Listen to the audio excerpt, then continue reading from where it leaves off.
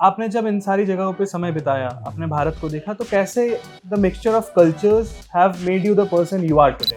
पंजाब में रह के मैंने भंगड़ा सीखा, गिद्दा सीखा, पंजाबी बोलनी सीखी।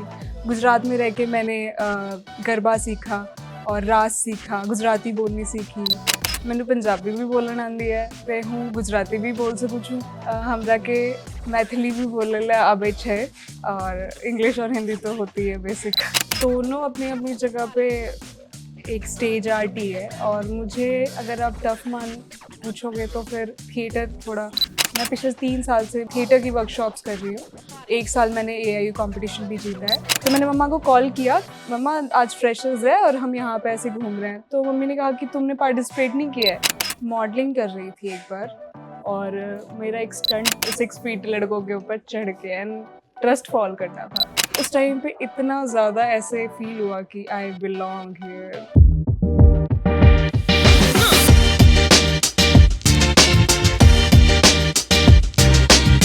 Today, I'd like to welcome our multi-talented guest.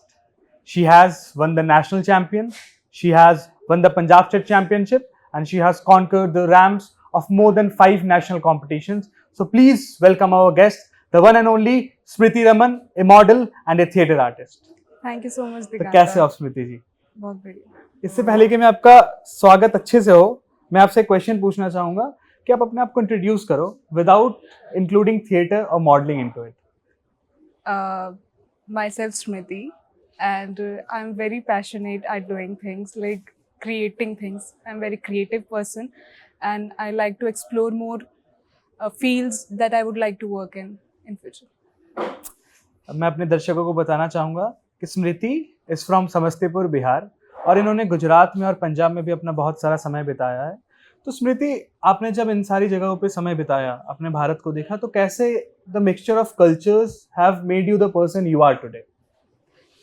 The biggest role of my personality is where I have been lived.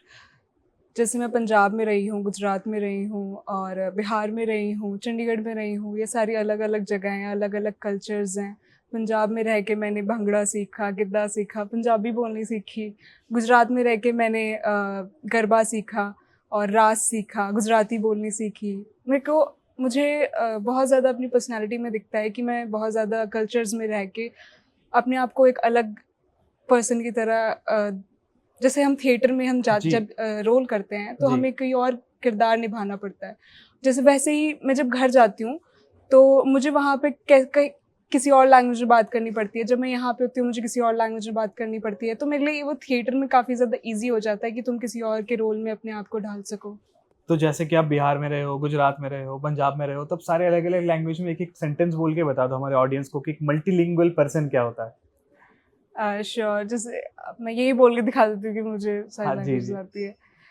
मैंने पंजाबी भी बोलना आती है ते मैं ते हूँ गुजराती भी बोल सकूँ छूँ ते पण हमरा के मैथिली भी बोलने आवे छे।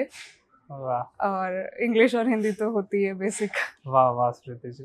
तो जैसे कि आपने थिएटर भी किया और मॉडलिंग भी की है। थिएटर में क्या होता है कि अपने आप को किसी दूसरे के जूते में उतारना होता है, किसी दूसरे किरदार में खुद को डालना होता है। पर मॉडलिंग में इसका एकदम उल्टा है, आपको खुद का बेस्ट दिखाना होता है स्टेज पे। ट्रू। सो इन दोनों में से ज़्यादा मुश्किल कौन सा है और ज़्यादा डर किस में लगता है? दोनों अपनी अपनी जगह पे एक स्टेज आर्ट ही है और मुझे अगर आप टफ मान पूछोगे तो फिर थिएटर थोड़ा हार्ड वर्किंग, उसमें ज़्यादा प्रेजेंस, तुम्हें टाइम ज़्यादा देना पड़ता है, तुम्हें अपने आप पे बहुत ज़्यादा काम करना पड़ता है, उसमें हार्ड वर्किंग ज़्यादा है। और मॉडलिंग तुम अपने आप को ग्रूम करते हो और वो एक फेमिनिन पार्ट ही होता है कि तुम अपने आप को ग्रूम करना तो बचपन से ही होता है। तो वो मेरे लिए ज़्यादा ईजी है मॉडलिंग। और थिएटर में अगर कहूँगी तो वो मेरे लिए थोड़ा सा हार्ड वर्किंग और टफ है। जैसे थिएटर में बहुत सारे रोल होते हैं, कभी किसी रोल में बाल बिखरे होते हैं, कभी किसी रोल में मुंह कालिक से सना होता है, पर मॉडलिंग में वहीं पे ठीक उसका उल्टा। तो आप दोनों फेजेस में ट्रांजिशन कैसे करते हो? दोनों अपने आप में अलग आर्ट है, तो आप कैसे ट्रांजिशन करते हो, कैसे मैनेज करते हो दोनों चीज़ें साथ में? साथ में मैनेज करना तो पॉसिबल ही नहीं है कि अगर जैसे मैं पिछले 3 साल से मॉडलिंग की थिएटर की वर्कशॉप्स कर रही हूँ और 1 साल मैंने AIU कंपटीशन भी जीता है। तो मेरे को सिलेक्शन में 2 से 2.5 साल लग गए हैं थिएटर में आने में। तो it was so hard for that transition क्योंकि मैंने पहले मॉडलिंग की थी, उसके बाद मैं थिएटर में सेलेक्ट हुई हूँ। तो मुझे पर्सनली बहुत हार्ड ऐसे ट्रांजिशन में लगा था, क्योंकि उस टाइम पे मैं अपने आप को पूरा एक्सप्रेस नहीं कर पाती थी बिकॉज आई वॉज कंजर्वेटिव कि मैं कैसी दिख रही हूँ अभी, और जो कि मैंने सीखा है मॉडलिंग में कि मुझे अच्छा दिखना है स्टेज पे। और वही मेरे को एक बार ड्रॉबैक भी हो गया था कि मैं सेलेक्ट नहीं हो रही थी, क्योंकि मुझे लग रहा था कि यार मैं फनी बहुत, मतलब एक स्किट थी ऑब्वियसली, तो स्किट में तुम्हें फनी लगना है, तो तुम वो अपना कैरेक्टर छोड़ ही नहीं पा। मैं खुद की बात कर रही हूँ, मैं कैरेक्टर नहीं छोड़ पा रही थी कि मैं कैसे बुरी लगूँ यहाँ पे। तो फिर मैंने उस चीज़ पे अपने बहुत वर्क किया है, तो उसके बाद ये हुआ पॉसिबल कि मैंने आज आप नेशनल चैंपियन हो जी। पर आज से 3 साल पहले जो स्मृति चंडीगढ़ यूनिवर्सिटी आई होंगी, तो कुछ डर लेके आएंगे अपने साथ, कुछ इनसिक्योरिटीज लेके आई होंगी, कुछ सपने लेके आई होंगी। तो मुझे उस 3 साल पहले वाली स्मृति के बारे में जानना है। डर, इनसिक्योरिटी, ये सब तो नहीं था, क्योंकि मैं बचपन से ही जैसे करिकुलर एक्टिविटीज़ के साथ पढ़ाई, मतलब दोनों बैलेंस करते ही आई हूँ। मैं स्पोर्ट्स में काफ़ी ज़्यादा इंटरेस्टेड थी अप टू माई 10th। उसके बाद फिर पढ़ाई, लॉकडाउन हो गया, फिर उसके बाद मैं चंडीगढ़ यूनिवर्सिटी आई, और first year for the half semester मैंने किसी चीज़ में पार्टिसिपेट नहीं किया। और मेरी फ्रेशर्स होते हैं यहाँ पे, फ्रेशर कॉम्पिटिशन। तो मैंने मम्मा को कॉल किया कि मम्मा आज फ्रेशर्स है और हम यहाँ पे ऐसे घूम रहे हैं। तो मम्मी ने कहा कि तुमने पार्टिसिपेट नहीं किया है। तो that was a time that I hid कि मतलब मैं ये थी नहीं जो कि मैं यहाँ पे आके हो चुकी हूँ, सिर्फ पढ़ाई और ये सब। तो उसके बाद मैंने इंडल्ज करना स्टार्ट किया। मैंने पहले ऑडिशंस दिए, एक प्ले चल रहा था उस टाइम पे, किंग ऑफ पॉप। हाँ, किंग ऑफ पॉप प्ले चल रहा था उस टाइम पे। मैंने उसके लिए ऑडिशंस दिए थे। उसके बाद फिर मैंने उसमें काफ़ी मेहनत की, पर सिलेक्शन नहीं हुआ उस टाइम पे। फिर उसके बाद लगातार मैंने थिएटर की वर्कशॉप्स की, मॉडलिंग की, और ये सब रहा मेरा first year, second year, third जैसा कि आपने कहा कि आपने बहुत मेहनत की स्टार्टिंग में कि सिलेक्शन नहीं हो पाई, तो जब छूट जाती थी, जब लगता था अरे नहीं हो पाया सिलेक्शन, तो उस टाइम की वो फीलिंग कैसी थी? क्या आप डिमोटिवेट हो जाते थे या अपने आप को और मोटिवेट करते कि नहीं अब तो और अच्छा करूँगी?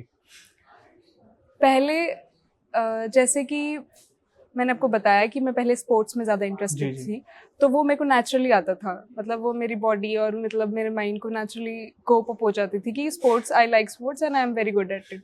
पर जब मैंने नया कुछ स्टार्ट किया जैसे कि थिएटर, वो मेरे लिए काफ़ी अलग था। और उसमें जब मेरा सेटबैक हुआ, मुझे मतलब मेरी सिलेक्शन नहीं हुई, तो इट वॉज लाइक कि आई वॉज शैटर्ड कि maybe it is not something that I could achieve. I underestimated myself.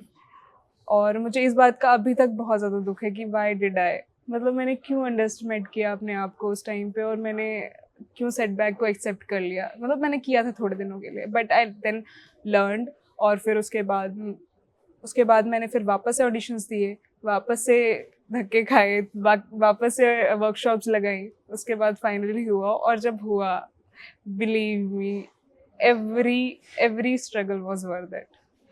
So I think जब आप पहला अपना नेशनल जीते IIMT नोएडा में, हाँ, IIT, तो जब नाम अनाउंस हुआ कि स्किट इज फर्स्ट, तो आपको अंदर से कैसा लगा? ऑडियंस में बैठ के कैसी फीलिंग है? क्योंकि मैं दर्शकों को बताना चाहूँगा कि मैं भी वहीं पे मौजूद था, मैंने भी देखी इनकी खुशी।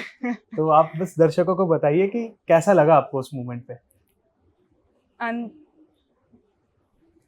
वर्ड्स नहीं है उसको डिस्क्राइब करने के लिए, सीरियसली। मतलब नेशनल विनिंग सब बहुत बड़ा है। मतलब मैंने स्पोर्ट्स में किया हुआ है नेशनल वगैरह, पर जिस चीज़ में मेरे को सेटबैक मिला, उसके बाद मैंने उसमें ट्राई किया, उसके बाद सिलेक्शन हुआ, और उसके बाद जब मैं जीती, that was unbelievable for me. तो जैसे कि सेटबैक्स हुए, फर्स्ट से लास्ट तक की जर्नी हुई, A to Z की जर्नी हुई, तो उसमें department of art and culture affairs और चंडीगढ़ यूनिवर्सिटी का क्या रोल रहा? उन्होंने आपको किस किस तरीके से हेल्प की और किस किस तरीके से मोटिवेट किया? स्टार्टिंग से ही, जैसे कि मैंने जब ऑडिशन दिया उसी टाइम से सर ने, जैसे हमारे डायरेक्टर सर हैं KD सर, उन्होंने बहुत ज़्यादा समझा हमें क्योंकि वो इसी फील्ड से हैं और वही वो भी थिएटर करते हैं और द बेस्ट एडवांटेज की वो थिएटर करते हैं। उनको पता है कि एकेडमिक्स को कैसे मैनेज कर पाते हैं जी। बच्चे इस टाइम पे और कैसे उनको स्टडी और कैसे उनको ये एक्स्ट्रा करिकुलर भी मैनेज करना पड़ता है।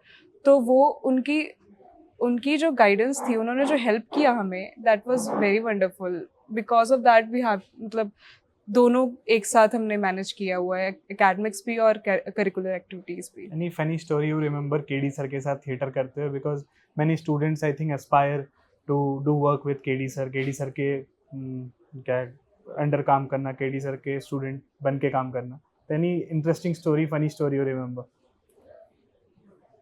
ऐसे ऐसे तो बहुत सारी है। He is very like theatre room में आते ही इज अलग पर्सन। तो वन ऑफ द स्टोरी कि हमारा एक टीममेट है आकाश, जी. तो अभी रिसेंटली की बात है, दिस AIU। तो वो हम खा रहे थे, हम पी रहे थे, फिर वो मतलब वो काफ़ी ज़्यादा कॉल पे बाहर से आ रहा था और सर ने सबको बोला कि उसको घूरना है और हम सारे उसको स्टेयर कर रहे हैं, लिटरली उसको स्टेयर कर रहे हैं काफ़ी देर तक। और वो नर्वस होकर खड़ा है, उसको कुछ नहीं पता कि मेरे को क्या करना है। तो फिर हम उसको देखते रहे, फिर उसके बाद सर ने ऑटोमेटिकली उसको ऑफर किया कि तू भी खा ले। हम खा रहे थे एक्चुअली, तू भी खा ले। फिर उसके बाद हम हंसते हंसते फिर that was recent story I. मतलब ओवरऑल डेवलपमेंट है सर के साथ थिएटर करना। लाइक थोड़ा सा पीछे चलते हैं, मे बी स्कूल टाइम में, मुझे Sure. पता नहीं, मे बी कॉलेज टाइम में ऐसा एक मोमेंट आया होगा आपकी जिंदगी में, आपको लगा होगा yes I belong to this stage, ये लाइट्स, ये स्टेज, ये ऑडियंस, यहीं पे मैं बिलोंग करती हूँ। वो मोमेंट कब था? उस मोमेंट के बारे में कुछ अगर आप बताना चाहें। मैंने अपनी लाइफ में हर type of sports, modelling, theatre, art, सब कुछ ट्राई किया हुआ है। एक क्वेश्चन, आपने अपनी लाइफ में क्या नहीं किया? मैंने हॉर्स राइडिंग नहीं की है, अच्छा, मैंने स्विमिंग नहीं की है, स्विमिंग नहीं की है। अभी बहुत कुछ है जो मैंने नहीं किया है। मतलब But जो मेजरली हाँ जो एक स्टूडेंट लाइफ में मैं जितना एक्सप्लोर कर सकती थी, मुझे लगता है कि मैंने किया है। किया है। मेजरली स्मृति जी ने अभी तक हॉर्स राइडिंग नहीं की और स्विमिंग नहीं की है, तो अगर आई थिंक नेक्स्ट गोल आपका यही है। हाँ बिल्कुल। तो चलिए नेक्स्ट जो क्वेश्चन मैं आपसे पूछ रहा था कि कौन सा ऐसा मोमेंट है जिसमें आपको लगा कि हाँ you belong to this stage in this light in front of the audience?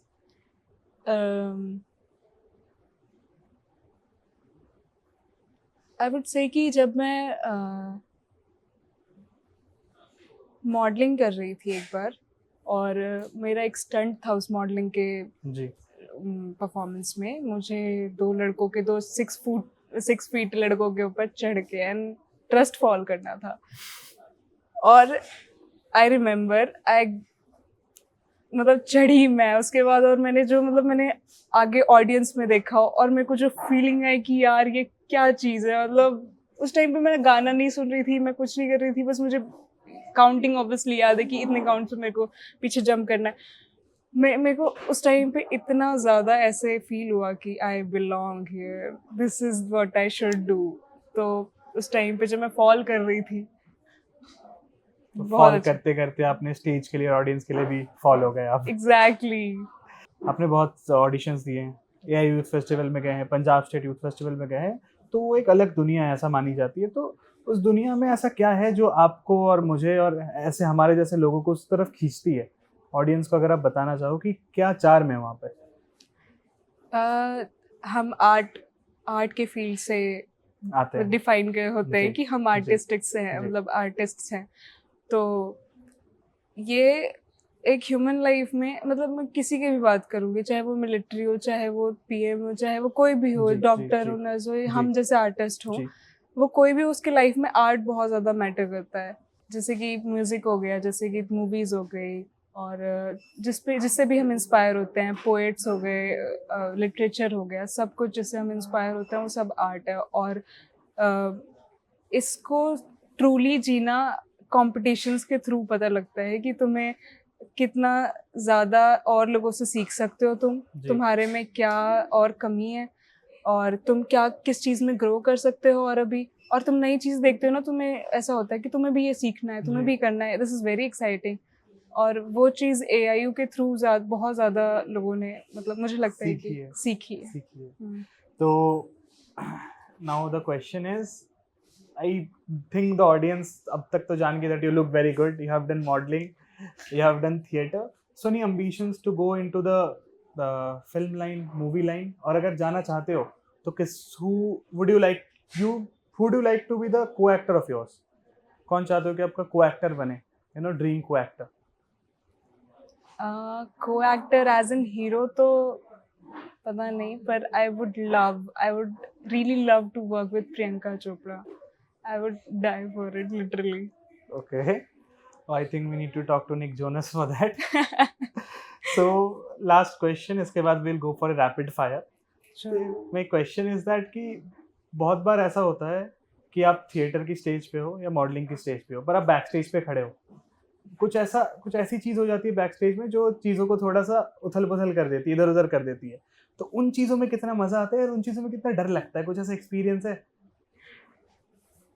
बहुत अच्छा, मतलब मैं बताती हूँ, मेरे पास बहुत अच्छा एक्सपीरियंस है इस बात का, ठीक है।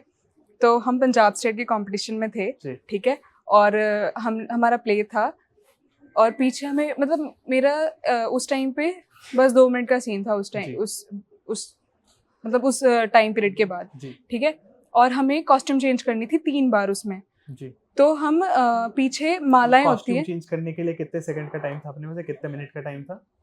अप्रॉक्स 90 सेकंड्स, मतलब 9600 सेकंड्स, इतने टाइम में तुम्हें 100 सेकंड्स में आपको 3 बार कॉस्ट्यूम नहीं, 3 बार नहीं, एक बार के लिए तुम कॉस्ट्यूम चेंज करना है 90 सेकंड्स। हाँ, तो इतना टाइम था और हमारे पास वो थी, मालाएं थी और हमने वो निकाली हुई थी, हमने किसी और कॉस्ट्यूम में थे, अब हमें वापस चेंज करनी थी, ठीक है। हमने मालाएं निकाली, पीछे बैक स्टेज पे अंधेरा था, हमने रखा कि इस स्पॉट में तेरा है, इस स्पॉट में मेरा है, इस स्पॉट पे किसी, मतलब आगे वाली का है, ठीक है।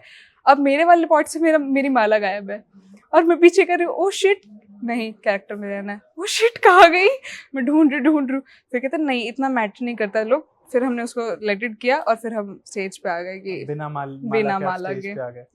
You did good and you won that play also. I think you won first prize for that. Yes. So congratulations. Thank you so much. Now I would like to ask you a rapid fire. ठीक है, आपको जल्दी answer देना है। Ramp walk और theatre stage, your first love? Theater stage. Gold medal or crown, which feels heavier? Heavier? Yes. Heavier in the sense of responsibility, I guess. Crown, okay. Yes. Gold medal, sorry, just done. Dream designer you'd love to work for? Rahul Mishra. Theater role you die to play? Lead of any play. Yeah. Backstage ritual, anything you do before going on the stage? जय माता दी, prayer, और sir के साथ we do prayer. Okay. हाँ, मतलब energy हम पास करते हैं पूरे, वो must. Ramp walk in heels और इन barefoot? I have done both, so in heels. Because you look you're a little bit high? Yeah. You're already so tall, man. No, Spotlight or backstage laughter? This is tough one. Spotlight, okay. You like the stage more. Describe the feeling of winning in one word. Chalo, I will give you 2 words.